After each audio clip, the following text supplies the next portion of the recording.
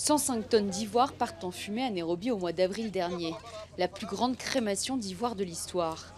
Le Kenya, en brûlant 5% du stock mondial de l'or blanc, a lancé un message fort aux braconniers. Perdre nos éléphants, ce serait perdre une partie essentielle de l'héritage qui nous a été confié.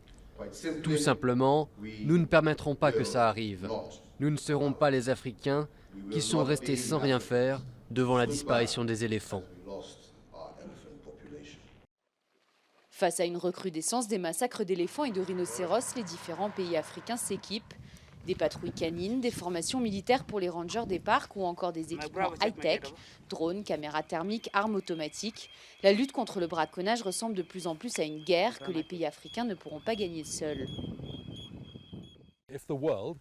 Si le monde veut continuer à avoir des espèces comme les rhinocéros et les éléphants en liberté, alors il faut que tout le monde apporte son aide. Ce serait injuste de laisser ce problème aux pays africains et d'espérer que les pays africains gèrent ce problème. C'est une problématique internationale.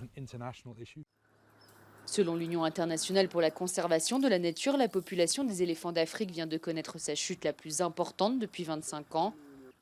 Le continent compte 415 000 éléphants, soit 111 000 de moins qu'il y a 10 ans.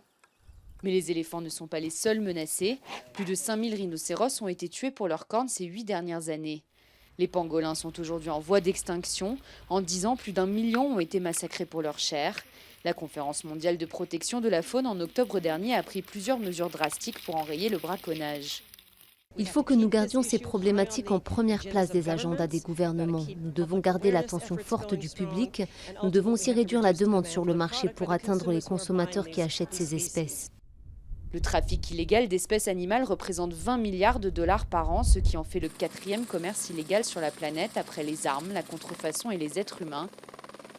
Mais si certains pays africains ont fait de la lutte contre le braconnage leur priorité, d'autres ont d'autres problèmes à gérer, guerre, pauvreté ou faim.